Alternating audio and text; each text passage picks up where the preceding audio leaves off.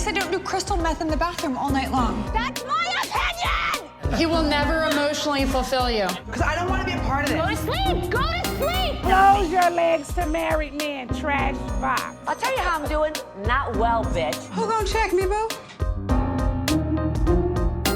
Welcome to Morally Corrupt. I am Rachel Lindsay. She is Callie Curry. We got some big moments to get into today. Big week. Like, you know it's big when it seeps into the Tuesday show. So we tapped a little bit into Atlanta, which is what we're going to start with. But even if I didn't love the whole episode of what I was watching, there were such iconic moments in some of these episodes that I'm like very excited to get into this episode. But before we get into our Bravo recaps, a word from our sponsor. This episode of Morally Corrupt is presented by Activia. Think your gut could use some help? Dive into Activia's Gut Health Challenge and enjoy just 2 Activia yogurts a day for 2 weeks to support your gut health. With billions of probiotics and 20 years of scientific expertise, Activia is one of the easiest and tastiest ways to start your gut health ritual. Try Activia today. Enjoying Activia twice a day for 2 weeks as part of a balanced diet and healthy lifestyle may reduce the frequency of minor digestive discomfort, which includes gas, bloating, rumbling, and abdominal discomfort. Callie, Atlanta. The ladies go to Dallas, aka Decatur.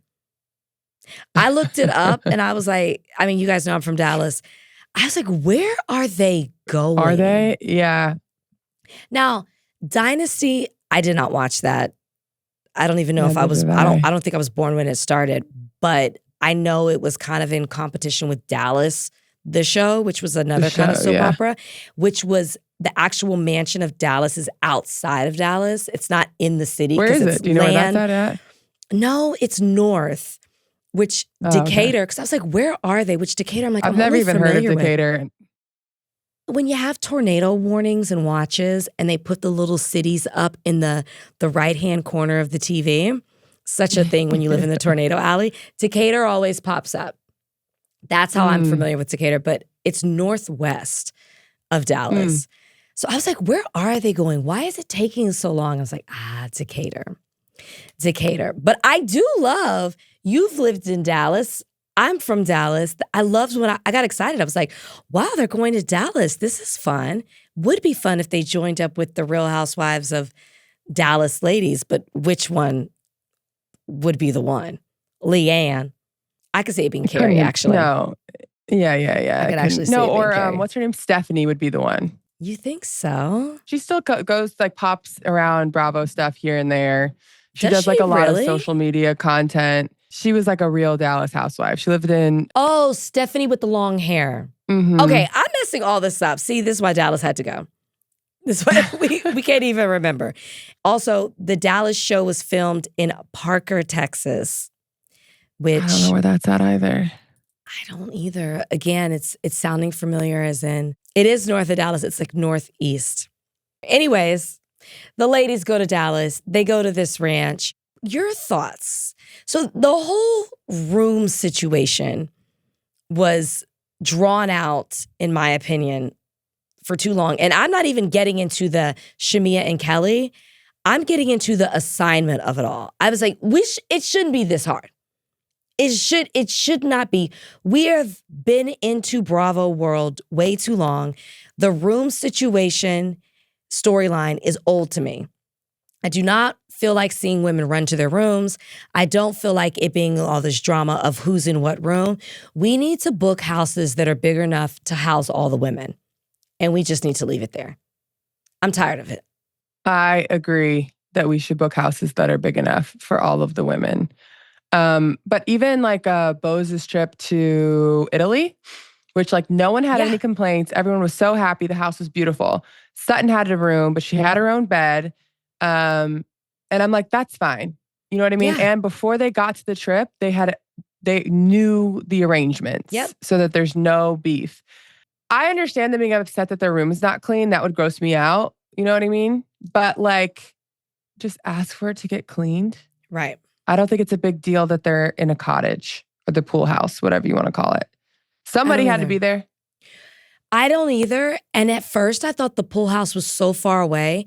And when we get to the drama at the end of the night, when they're eating on the balcony and you can see them down there, I'm like, relax. Yes. Just as I would be annoyed too, especially if the sheets, the bedspread is not clean. That's already going to make me feel icky from the very beginning. Ask for it to be clean as girls' trips go, and then going into the big house to like one of your friends' room and go hang out. That's what you do. Or go to the fucking family room. Yeah, like it was you're not gonna funny be in your though. room that much. Go let them get cleaned and chill out. It was funny though that they had the chefs cooking in their house though. It was almost like they didn't want the house to smell like food. So we're going to do it over there. That I would have been a little annoyed with too. I would have been like, damn, they got to come over here in the smaller house to cook? Where the outhouse. I also didn't, there was a few things. One, Kelly's lines are too rehearsed. Freaking frack or whack. Horsea. I'm like, okay, let's move on. It's too much. Your script. It's like she's kind of like turning a little bit into Shemea. I was so excited for Shemea to be a housewife. I know. Only for 1.5 seasons in, I'm like, she shouldn't be a housewife. We are 2 for 2 with those. When Marlo finally got her peach, we were so excited and she bombed. Shemea gets her peach and it's like you immediately lose a relationship with Portia. Somebody is your childhood friend. I don't know. She's also trying so hard. Right. They're overly excited. The peach is problematic for some of these women who've been desiring it for such a long time. They get it and it becomes rotten. They don't know what to do with it. It's a weird thing. I'm with you. I was so excited too. Kelly is the Dorit of Atlanta. She is going through a very contentious divorce with her husband. Her husband is publicly speaking on their relationship. And I'll use Erika's line, she needs to soften her edges. And it's almost like because of what she's going through is so much, she's projecting that into these friendships, dynamics, into her opinions personally with some of these women. And I just feel like it's not going to age well. I'm now understanding the blow up that happened at BravoCon, even though that was Shemea and Drew, but Kelly was chiming in too. It's like what you're doing. Did you just take a shot?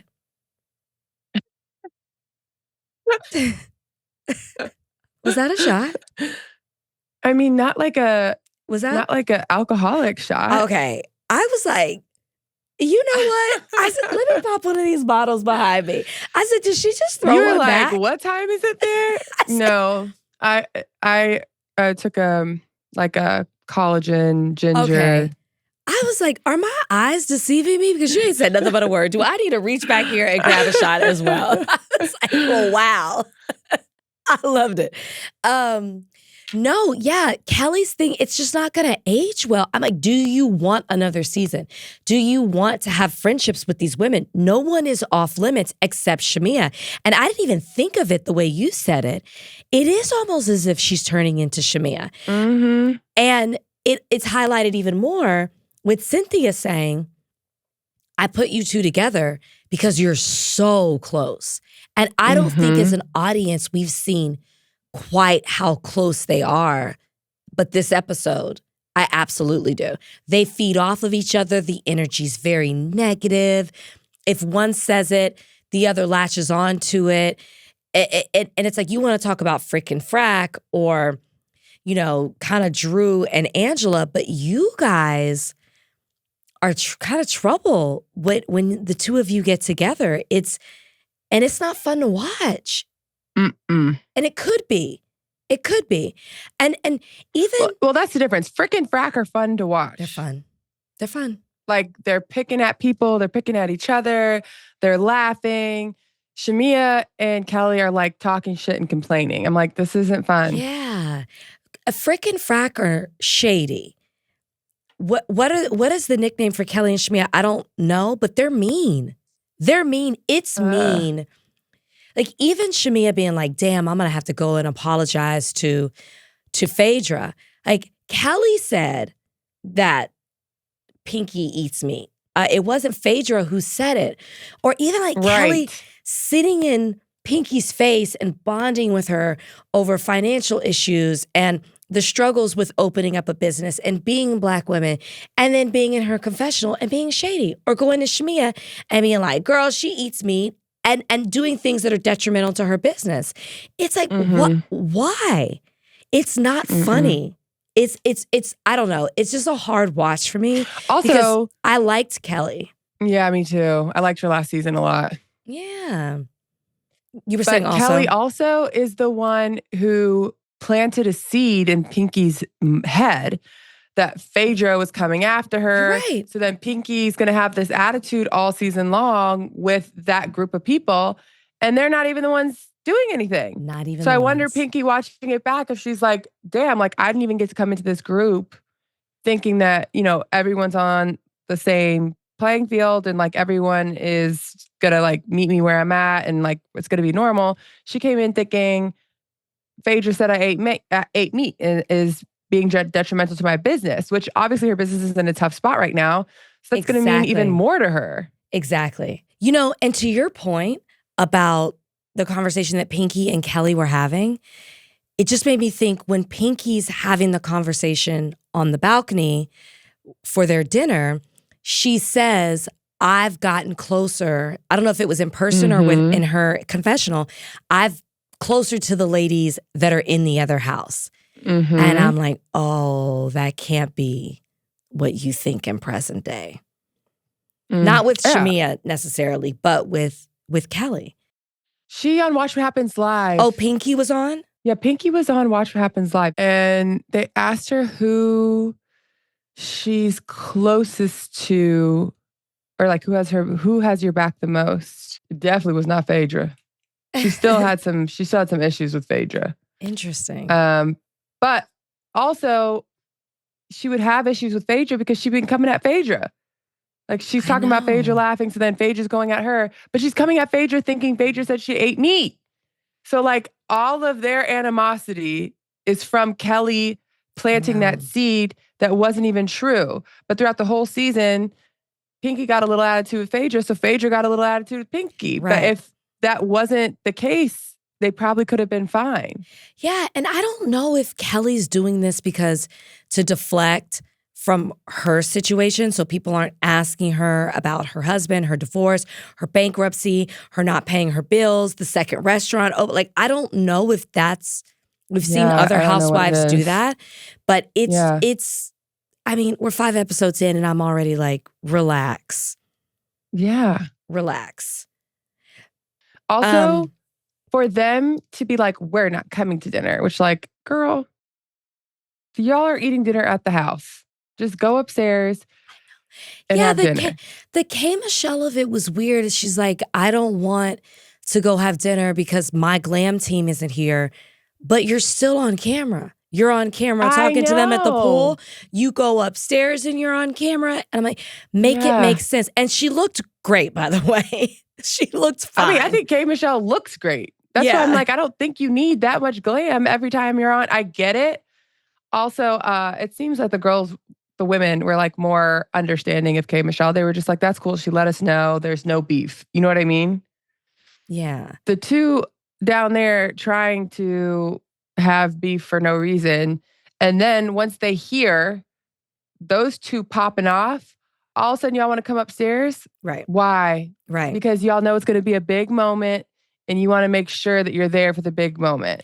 Right. Like if you really didn't want to go to dinner, why did you all of a sudden come up the stairs when you hear Angela and Pinky going at it? Exactly. And then the whole really being like, we think Cynthia, alluding to Cynthia did this on purpose. Was their intent, did Cynthia intentionally put us in a dirty room? And it's like, guys, it's Cynthia. It's right. Cynthia. Cynthia has never in her decade long of Bravo been that type of shady girl. Yeah. It made no sense at all. Made no sense. Even when they told Cynthia she wasn't coming, they were like, what? Like Cynthia had no idea. And they didn't even tell Cynthia that the room was dirty. Right. Why? And then when Cynthia, you have all this energy, right? Like, yeah, I think that there might have been a reason why we were put here. And, and then Cynthia goes down to talk to them and they don't even have that same energy. No energy. It's like, no energy. Well, if you feel that way, say it with your chest now. Don't like back down from the fact that you think that this was on purpose. It just, it's like, what's the goal here, ladies? I find myself asking that with a lot of things. What's the end goal here? Do you not have forward thinking? I think this about the way people are in politics. I think this the way people are on reality TV. I think this in everyday life with some people. I'm like, what are we doing here? This is not going to end well. We're not thinking this through. And I just don't understand how people that's operate. Happening a lot lately. Like a lot lately. If your business isn't doing well and this is also a job, maybe you shouldn't be blowing up every relationship on camera. I know this is not like what they do on Housewives, but also I'm like, you're surprised that Cynthia, who's been on this show with Phaedra and Portia for over a decade, I'd assume, decided to put them in the house with her over Kelly, who she met last year, right, and Shemea, who just got on the show last year. Like, that shouldn't be surprising. And as newbies, wouldn't you be like, it's cool? Do you know what I mean? Like, I would be like, yeah, it's cool. Yeah, I didn't even think about it that way. And like, it's my second year on the show. Like, I get it. It's all good. I'll be in the main house soon. Yeah, you're right here. You're right here. I didn't even think about that. And maybe I didn't think about this either, but I am now that you said what you said. Pinky seemed to be fine by being in like the tiny house by herself, but maybe she really wasn't. And then after, maybe she was, and then she has a conversation with her close friends, Shemea and Callie, and then maybe she starts rethinking it, and that's the energy she also had coming into the dinner because Angela was right. Why are you being so combative?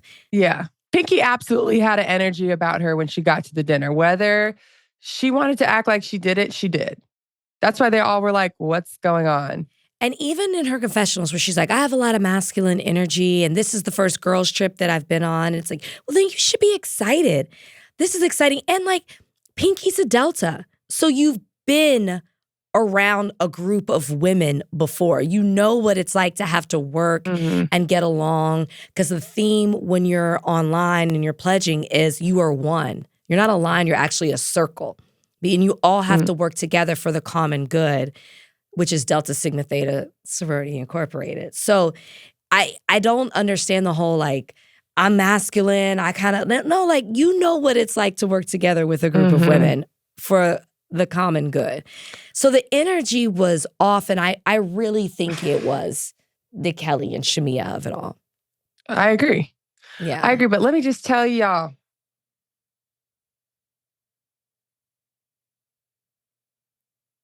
Kelly and Shemea, you set baby girl up. And she sure did. Get eaten like a fresh hot wing out the fryer. Angela cleaned the bone with Miss Pinky. Yeah. I was like, ooh. Like, I was not ready for that at all. And Angela did it without really raising her voice. Not at all. And for such a hot woman, not breaking a sweat. She did not need her fan. Thank you. I was like, why is Angela acting like this is a walk in the park? Angela was built for this show. And you know what? I think Charles prepared her. I know they go tit for tat all the time. Oh, I know they go at each other in like a friendly debating way. But Charles, if Angela woke up looking crazy or something, you know he about to say something. Right. She got to be on her toes. Right, or she lacking seasoning. Like, Charles is not holding his tongue. No. Angela is well prepared for these battles. No. And you can tell. I think I said this on Tuesday. I'm like, she's able to like sharpen her shady tool with Charles because she's got to be on her toes. You know, like my mom's side of the family is like that. You have to have thick skin and you have to be like ready. So you gonna walk in and they're gonna be like, okay, forehead, we got that out today. Like it's like you can't that's faze how my me. family is. And I love that. I'm so glad I grew up in that mentality or just like that environment. I mean, because we joke, we make fun of each other. So it's like I'm self-deprecating. I don't take myself seriously. I have a thick skin, and you kind of got to be a little witty when it comes to it. You got to be ready. You have to be. You got to be ready. You have to be. And I love that. My brothers convinced me I had acne when I had one pimple. Oh yeah, you got brothers on my face. yeah, you had brothers too. Yeah, like you had to be ready to go back and forth with someone at all times. Mm-hmm. And it seems like that's what Angela let me tell you something. grew up with, because I was like, damn, it would have been great to have her on the show with like Nene, Kenya, Phaedra. That would have been a battle. A time. What a time. And she had Pinky turned upside down to where Pinky was discombobulated.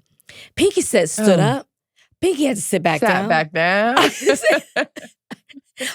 She might have sent out a bat signal, and that is why Kelly and Shemea and Kate Michelle ended up coming up.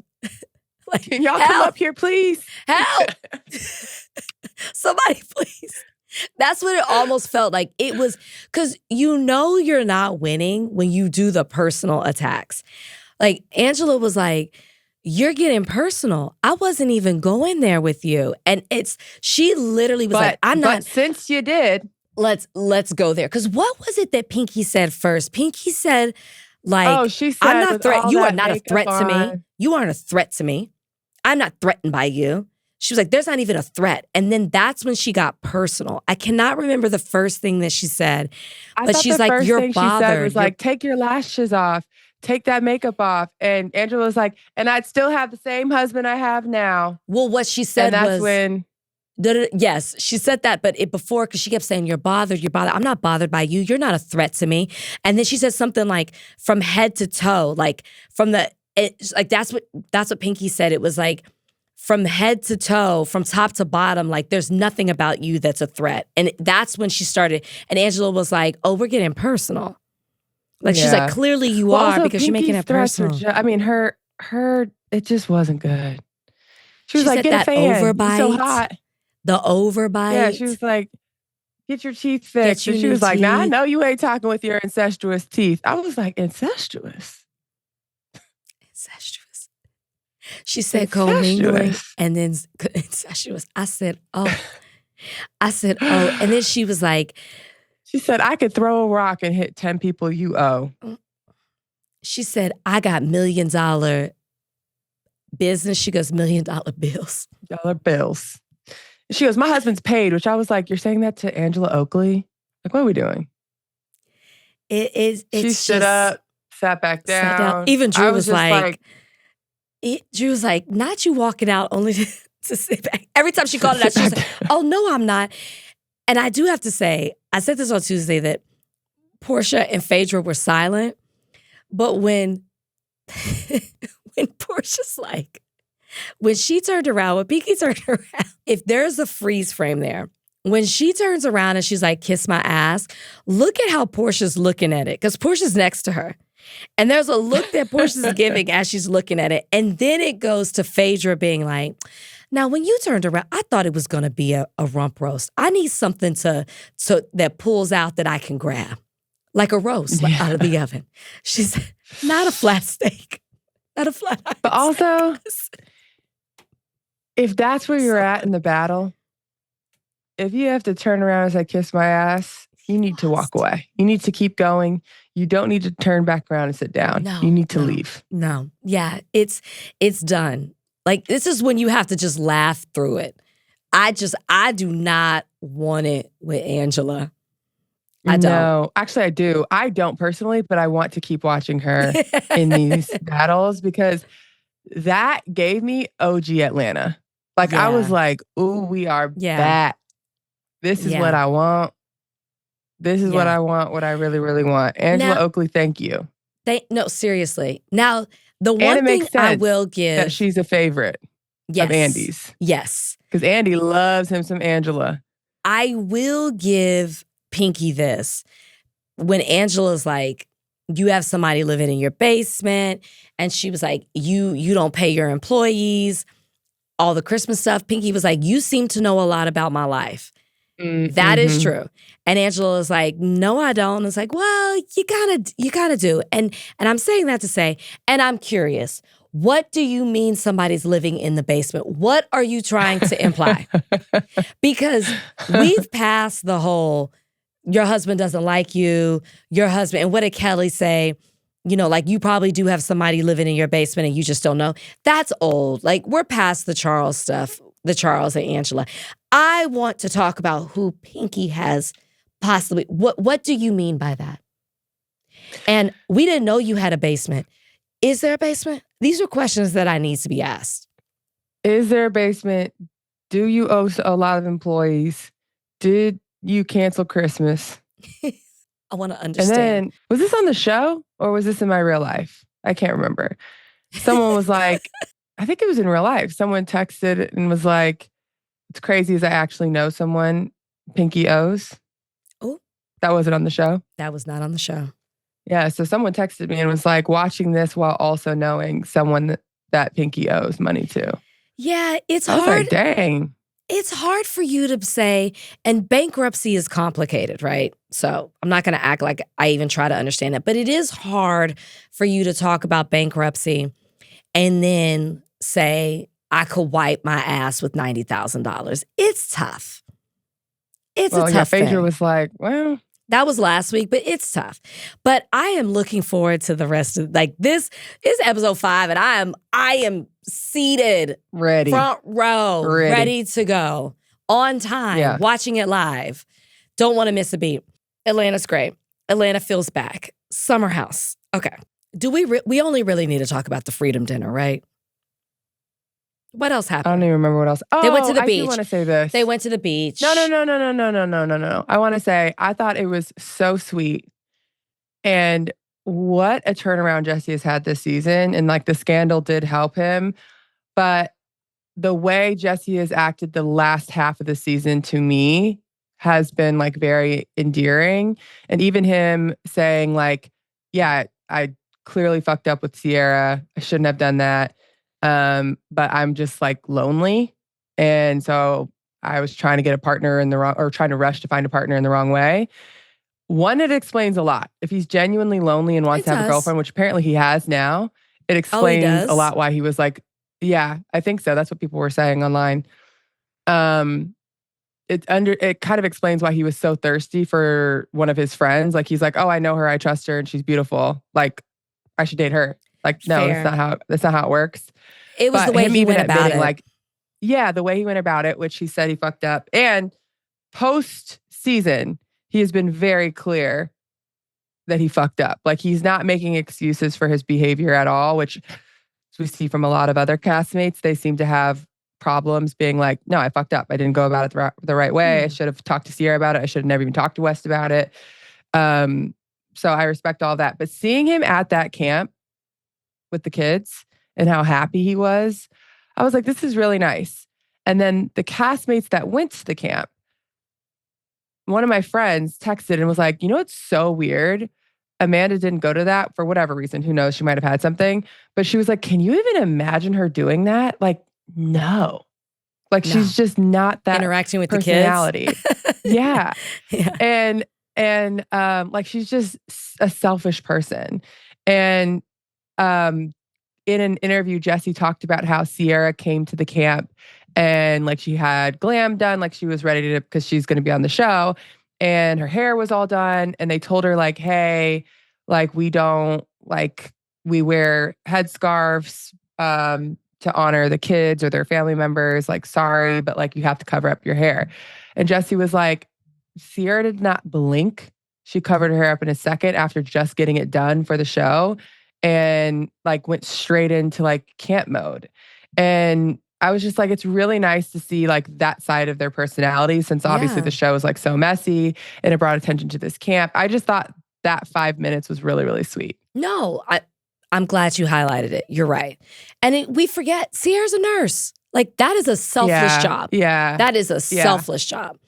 And she was a nurse during COVID. So I'm sure for her, like that is so to her core the type of person she is. And I did not think about that. Your friend's so right with Amanda's like, I can't even see her with children. Like, or not having them, I mean around them, like interacting with them. Like a camp counselor type and like energy. Being like happy. Yeah. And she's such a like, everyone feel bad for me. And like she wouldn't be the person people feel bad for and that's what in that situation. And that's what we see this towards the end of this episode. Yeah, I've been really hard on Jesse, and I don't like the way Jesse went about things, and I still stand on that. I don't regret my response to it, but I will say, you might be right. He might, if the fact that even in present day, he's owning what he did, that sounds like a woman in your life. That sounds like you have a woman in your life. That is true. To your point about him having a girlfriend, I'm like, a woman helps you see like, hey, like maybe they watched this show in real time and processed it all. But the loneliness thing's real. I'm glad you got to the root of the why you were doing things. That's healthy. We get to the beach, whatever. I know everybody highlights the Amanda of it all, the conversation she's having with Mia. And she's like, I would die for her. Even her saying it felt emotionless. I would die for her if she told me in a second to cut him off. In a second. It just, even Mia's response, I don't even know if Mia realized in the moment. She just was kind of like taking it in. It felt performative. It didn't feel like how Paige would say something or how Mia would say something. It just felt like that's what you're supposed to say in that moment. Mm-hmm. And it almost didn't even make sense. Like if she just gave me the sign, I'd cut him off. I would. And I was like, what? What? Okay. Girl, stop. Let's get to the freedom dinner. I said it. I think I said it last week during our recap. Lindsay doesn't have a storyline. Lindsay knows how to bring things to the forefront. Lindsay says she has a freedom dinner. We're so proud of her because she's moved on from making it about her and Carl. And instead, she's like, so let me sit at the head of the table and make it about Kyle and Amanda. When Lindsay's having this conversation, she says, I feel like as an outsider, and that's where it should have stopped. The moment you said, I feel like as an outsider, but as an outsider, you are about to comment and fully insert yourself into the Kyle and Amanda of it all, you should have heard what you said and you should have stopped. That, one, was nobody's business at the table. And two, never should have gone that long with Lindsay navigating it the way that she did. That was so inappropriate. Yeah, it was so to the point where, yes, did it make good TV? But it got to the point with, what are you doing? Why are you here? So, yes. I thought during that dinner, in this group chat that I keep talking about with my friends chiming in about Summer House, everyone in the group chat is married. And everyone was like, I cannot imagine, even if I was furious at my husband, sitting there and letting everyone at the table shit on him. Mm-hmm. And I'm just sitting there smiling while also knowing as his wife that he's been drinking. Like, she knows he's going to crack and isn't stopping it. Yeah. I would be like, y'all, this is our conversation. Calm down. Like, we'll have it. To your point about Lindsay, that's her job. And that's what she does. So I'm not surprised she did it. It made great TV. I'm happy she did it. But if I were there, I would have been like, calm down. As much as I'm not a Ben fan, I appreciate Ben trying to stick up for Kyle. He did. I feel like this dinner just highlighted how much Amanda goes and talks to everyone else but Kyle to get them to fight her battles for her. So that she can be like the poor girl in the corner just being like, oh my God, like he's so horrible. Yeah. And she says nothing. So people can't be like, look at her, she's crazy. They say it to Kyle because everyone else is poking at Kyle. Yeah. I also had a realization where I'm like, okay, yes, she didn't marry a DJ. And like, I wouldn't want to be with a DJ if I didn't sign up for to be with a DJ. That being said, Amanda, you don't do anything. So how are bills getting paid if Kyle is not a DJ? Let's say he stops being a DJ. Who's paying for the bills? Because Loverboy's not doing well. So he's trying to find another income source. And I don't care what anyone says, getting a residency at Marquee in Vegas, that is profitable. You're making money. Is that what he got? Yes. Oh, wow. That's Vegas what he DJs announced get at the paid. table. Oh, I didn't Yes. hear him say the Marquee That's why- thing. Yeah, that's big. Yes. And then Ben was like, residency at Marquee, that must make you a lot of money.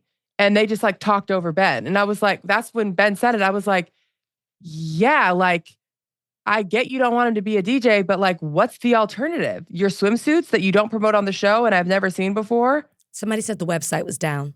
The collaboration's gone. I didn't even know there was a collaboration. I don't know anything about the swimsuits. We don't see the swimsuits. I don't know anything about them. We hear her talk about them randomly. There's no swimsuits.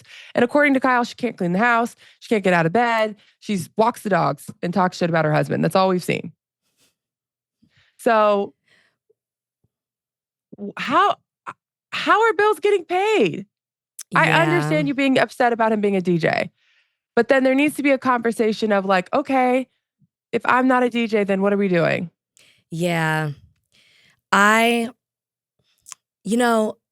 It's hard, right? Because I keep thinking as I watch it, how would I have responded if we didn't know about the West Amanda thing? If that never happened, how would I respond? Obviously, none of us think Kyle should turn to his wife and say, fuck you. I think we all agree on that. Or yell. But Scream, slam the door. Yeah. yes, Amanda, it was really interesting because Kyle, before and after the fuck you, Kyle says some things that we've never heard him say before. And it made me have the realization of, because Kyle knows he's fucked up so much in this marriage, a lot of times he just accepts being the bad guy. And he lets it sit there because he knows he's done things to make Amanda feel a certain way. And this isn't in defense of Kyle. It's just kind of like when you know you've messed up, you kind of accept certain things because you're like, I have not been a good person. I understand why they react this way, why they do these things. This is kind of my fault. Amanda, I went back and watched because like the face and the meme of Amanda biting her finger and smiling, like, snickering and snaggling as she is in that moment. In that moment, it's like somebody says, I think it's Jesse, how's your DJ going, your career going? And Amanda goes, oh, he didn't tell you? Vegas. And then she makes the face. Like, I dropped it in there and now I'm going to sit back and see how everyone responds. And that's literally what happened. She lit a match and dropped it, and it was like wildfire spread across the table. Vegas, what about your wife? Blah, blah, blah, blah. Which I will also say, that group, you and I have talked about this off camera. Like, I am a touchy-feely person. I'm close with my friends, but the way they crawl in bed and wake up in the morning, like, that's just not my thing. But they're way too comfortable with that, but they're also way too comfortable with being in each other's business like that. Because nobody, Sierra started talking. Mia was making faces. Mia at least realized, I am new here. I am new here. Bailey said a little bit. Mia was like, her face was, I am new here and I'm not going to say a thing. But they're way too comfortable being in each other's business that they should not be in each other's business about. I can make an argument both ways, but I'm just going to stick with that side for a second. But Amanda knew exactly what she was doing. And it wasn't 100%. Until she got the reaction of the fuck you out of Kyle. I don't think she knew he was going to say that, but she knew he was going to explode. When she got that reaction, then she goes, guys, I don't think that this is the time we should be and place we should be talking about it. But Kyle, going back to the revealing thing, Kyle says to her, I know what this is about, to which I hope they've addressed that at the reunion. What was Kyle talking about when he said it? And he says, I was really hurt at the reunion because Lindsay's like, how talks about the family and the kids. And then they give us the flashback. And he says, that really hurt me And he's never spoken about it before, but Amanda knows she doesn't want a family either. And in that moment, she acted like she did. And then Lindsay she's not says, ready for one. Not ready for one. And then Lindsay says, I know, I've talked to her. And I'm like, so why are we talking about this? You know she doesn't want a family right now. Kyle doesn't want one right now. And then almost as if to redirect things away from Amanda, Amanda says in that moment, let's just take the kids and family out of it. Because she knew Kyle had a point. She knew Kyle, it was going to sway away from like the fire that she lit. And she's like, let's just take that out and let's just focus on this. Let's get back to Vegas. Let's get back to Vegas. Yeah. Let's get back to you DJing. Let's get back to you not having a conversation with your wife. She is literally a puppet master in that moment and is watching the whole thing. She's making faces. She's looking around as Lindsay's saying things. I mean, the whole thing is going exactly the way that she wants it. It's really creepy to watch. Yeah. It's really creepy to watch. And I think she's extremely manipulative. And I think she may have been for a long time. Because people now on TikTok and social media are going back and looking at other times where she's done this. Yeah. She knows what she's doing. And she knows her husband. And she knows how to get him to crack. And she knows once he cracks, it makes him look bad and her look good. She thought this was going to be the episode of redemption for her.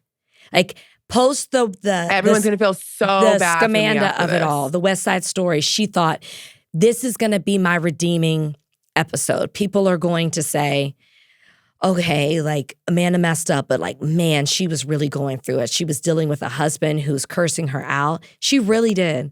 And the problem is, Amanda, there's too much tape.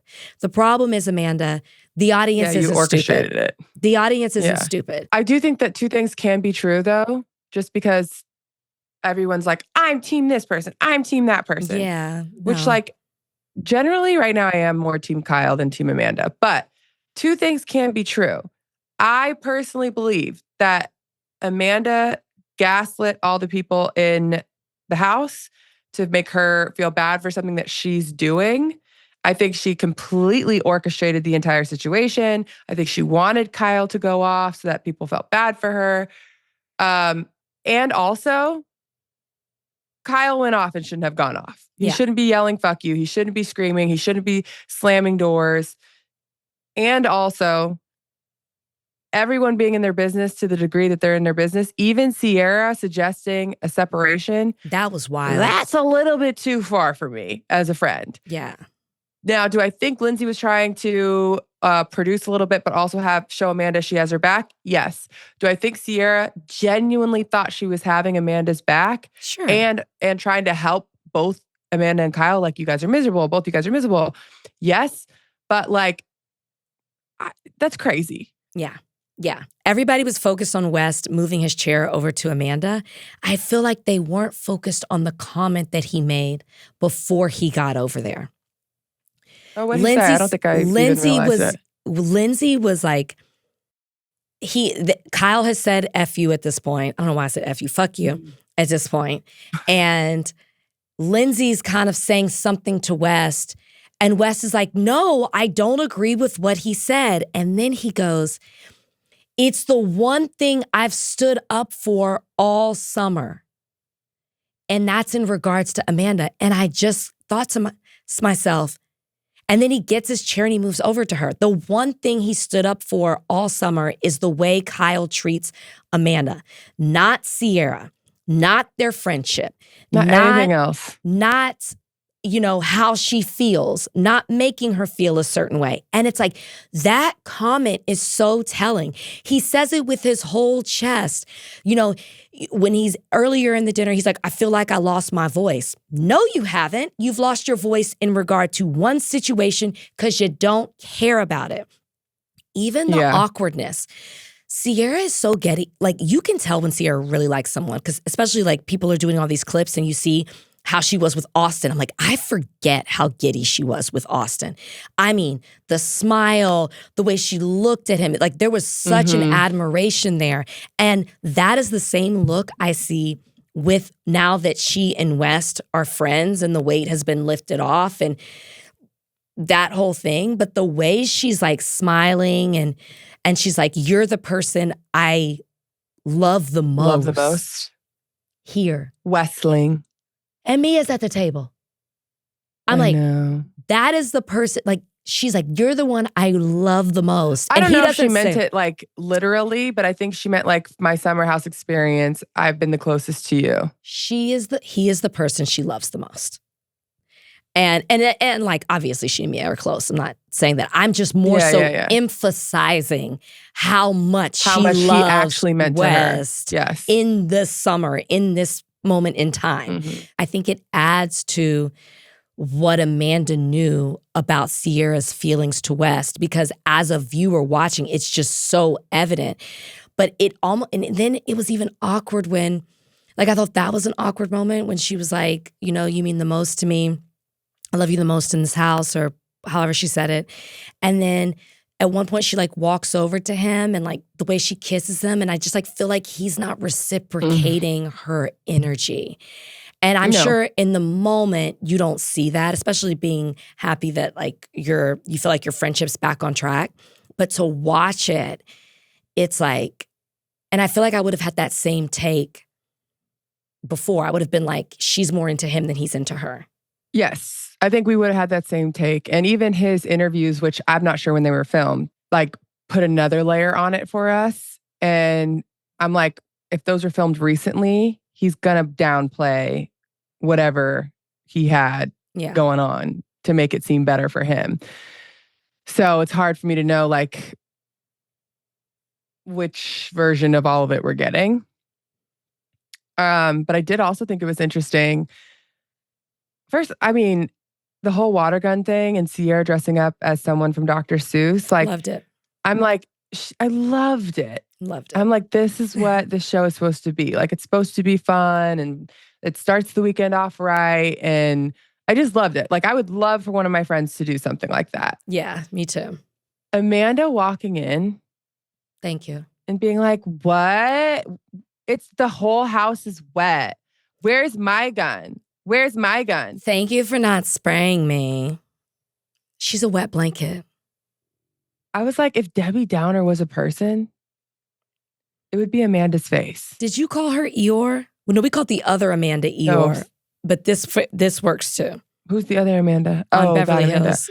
There's been a lot of Eeyores because we also called whatever her name is that I can't remember from Potomac, who's not even on next season, one season wonder. She was Eeyore too. You know I wanted her back, but keep going. But yes, that's her. But it's been her. Yeah. It's been her. And I think because Sierra and Paige liked her, we ignored it. And Kyle was so bad. And Kyle was so bad. Even West, when Sierra was like, yeah, she said she had a great week. She's in a much better mood. And West was like, really? Because when she was entering the house, she was complaining. I was like, yeah, bro, that's what you signed up for. Yeah. Like, y'all's energy does not match at all. Which, did you see West's podcast that came out? I saw him talk about his nudes. So I don't have to say alleged anymore because he confirmed it. Which also respect him confirming it because they're not great. So for him to confirm it. He said they were medical. It's interesting that it does look like, it's interesting that he would send those. But I don't know how old they are. And Kyle's on the street interview. Did you see that? He had another one. He had another short film drop. Mm-hmm. I did not see it. I'm going to send it to you. His first of all, he looks impeccable. Impeccable. Like not a hair out of place. And it makes me believe what he said. I believe if I go into his apartment, it's fucking clean now. Oh yeah, he's type I believe it. Yeah. I believe that his house is spick and span. The way he looked on this sidewalk, I was like, oh no. Kyle's the clean one. Like, he has got it together. He looks incredible. That's one. This film was shorter. I think it was like 3 or 4 minutes. Okay. He talks about West's nudes in it. He's like laughing. He was like, they were sent to me the night before the reunion. And he was like, rough 24 hours for West because he had the reunion, he had his nudes leak, and then he found out about his family member. Mm-hmm. And Kyle's like, you'd think he'd get some blood flowing before he took a picture. But like, I mean, teach their own, but Kyle's laughing in a way of like, at least I know my dick's bigger. Like, I feel like that was the energy he was giving. He didn't say it, but the way he was laughing was like, yeah. And then he's so transparent about Loverboy, and I appreciate the transparency. Like, he was like, we were on the verge of like, I was thinking about bankruptcy. I was thinking of like, how am I going to pay off this $3 million loan? And he was like, we're in a really tough spot right now because we don't have a lot of product on the website, and you have to spend money to make money, but we just don't have the money to spend. Like, we were in debt and we have loans. And he was like, we are doing better with all of like the generosity we've received in the last month. It's been an unreal month, but he's like, we're just not where we need to be to give we don't have the supply for the demand right now. But even him talking about the debt and the loans and all of it, I was just like, we don't usually get this. Like, most Bravo people especially try to act like, oh, I'm a millionaire. I got $1 million businesses and da-da-da-da-da. Like, they act like Pinky. So for Kyle to be like, yeah, no, we were in a horrible spot, like dire straits. And now we're in a better spot, but we're still not where, like, things are looking up, but they're not where we need to be. Yeah. I mean, these are the things that make Kyle likable. Like, I'm not agreeing. I mean, he has treated Amanda horribly. We've seen it on camera. I'm not taking away from that. But she'll even say, we've seen her say this episode, he's like my best friend. He's so much fun. He's really charming. Everybody likes Kyle. And I almost feel like what we've seen of Amanda and of her personality and the lack thereof, there might be some resentment of this. My partner can walk into a room and charm everybody and everybody loves him, and it's just not as easy for me. And I know that she's been honest and she's talked about her mental health, but now that she's, like on the medicine and she's talked about it, she still seems to be a downer. Debbie Downer. That's just her. And I can't remember if it was with you or with Chelsea where I was talking about the laziness and how my friend said to date somebody's in the friend circle or somebody's husband or your friend's ex, that contributes to the laziness. That is a lazy thing. And that's just... I think she's a lazy person. Yeah. And to your point, I mean, she does brand deals, I guess, but she's not a hustler. She's not ambitious. She just kind of floats on through. And she's just floating to the next person. Yeah, with Kyle being honest about the way their house looks and how he's had to call her mom. And at the time, it was like, wow, I cannot believe you brought your mom into it. But it seemed like he was desperate. Yeah. Like, I can only do so much. But, I really hope these things are addressed at the reunion. I really hope. I don't see how they could not have addressed this episode. And I want to know what Kyle meant when he was saying some of these things. They have to talk about it. I also, from this episode, left it with Kyle came into this season thinking we are in a horrible spot, but like there's still a chance.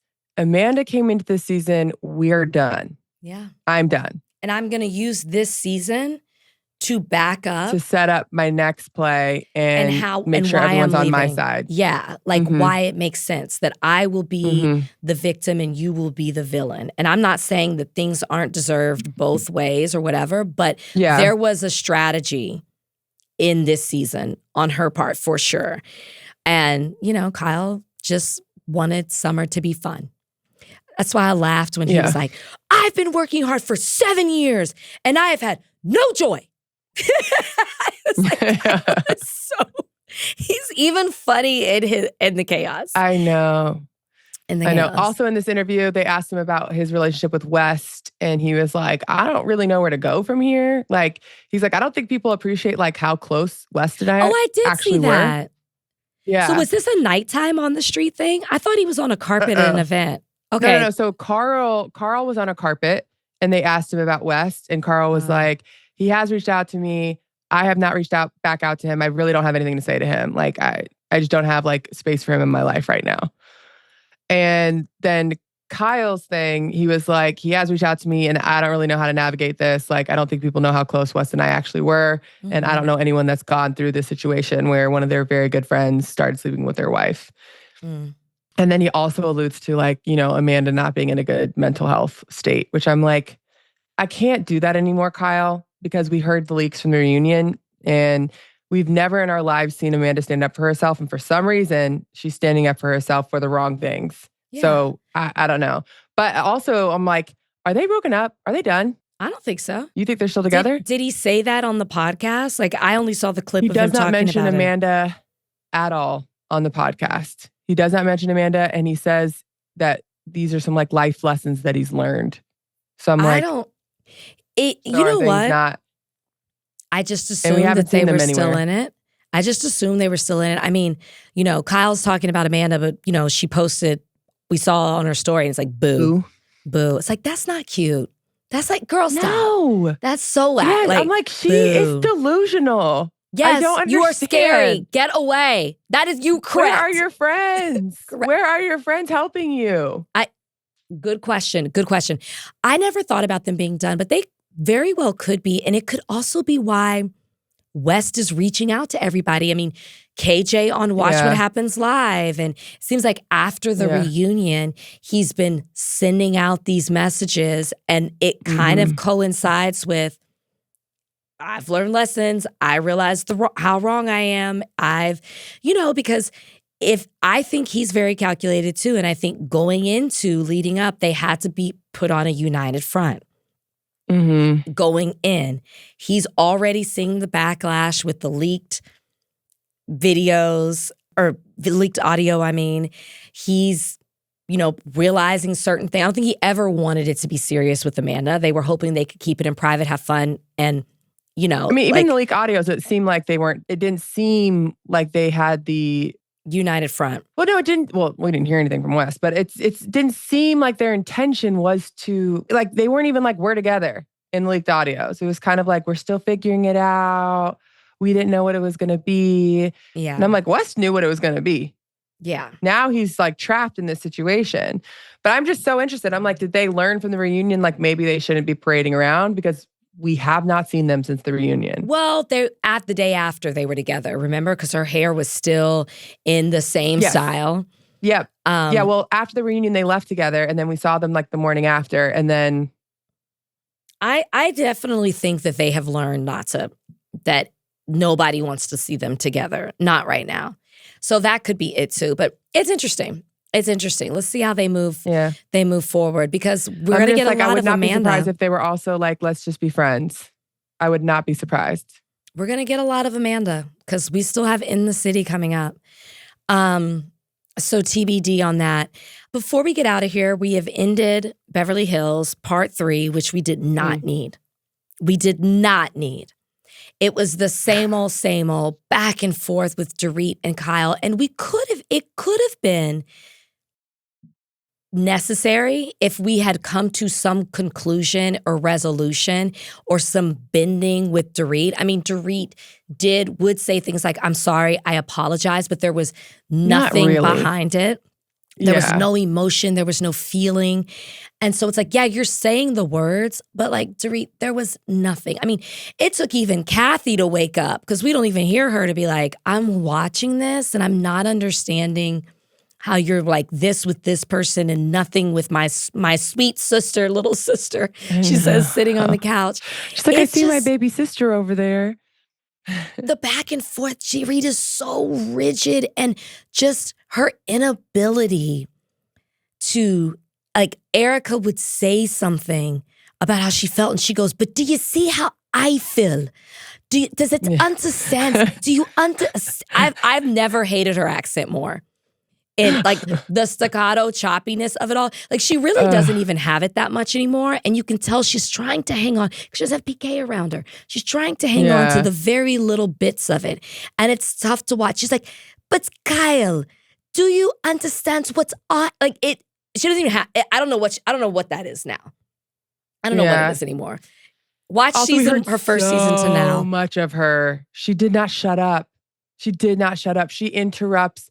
Every time someone speaks, she interrupts. She talks so much. Like, I would love to know. I hope someone, how there's people that like do like bar graphs. I need someone to do a bar graph of the reunion, how much speaking time Dorit had compared to everyone else. Oh, yeah. There used to be oh no, maybe that was Bachelor. Like a little, they did that. Yeah, it was Bachelor. But like I would bet Dorit is 1, Kyle's probably 2, Andy's probably 3.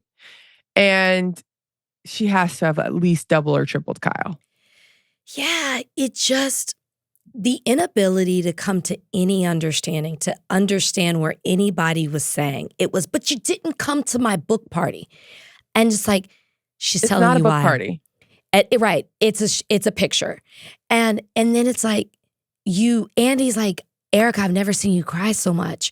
Dorit, when you watched that, and she's like, yes, but I still don't understand why you could not come to my book party. My book party. And I was like, do you hear yourself? And I gotta also say, inside that, like, that's not going anywhere. And I appreciate Erika being like, Kyle, you're fighting for something that's not there. You guys don't have a friendship. Yeah. So Kyle and Dorit, done. Also her being like, I'm good. Yeah, they're done. Erika, Dorit, nothing. Even Sutton was like, yeah, I don't even really care, which I loved Sutton's look. Like, Sutton's hair was so pretty. Her makeup was good. Like, this was a great look for Sutton. I thought she performed very well, which is interesting because she brought up she didn't have a sip of alcohol. And they're like, you're doing really well. And she was like, I know. Yeah. And I'm like, oh, she's realizing that she can be way more like sharp when she's not drinking alcohol and like say what she wants to say. When Sutton looked at Dorit, when Andy was like, do you believe her? Which also I'm like, yeah. Even Andy's like, do you believe her apology? Because it sounds like she doesn't mean any of it. And Sutton was like, I just don't care. I was like, me either, Sutton. Me either. Yeah. Can we get that chiming through the whole reunion? Like, we don't care about what Dorit says or wants or does. Like, I just cannot care anymore. Yeah, I'm with her on that. I felt Sutton. I hope now that Sutton is like drinking less and more clear-headed and more sharp, she takes that energy back to Garcelle, because I'll still never like the way that ended. And that's why I will always appreciate Jennifer Tilly talking about these two had a real friendship. And maybe even with Avi, like, maybe we need to rectify some of these deep, real friendships that you had off camera.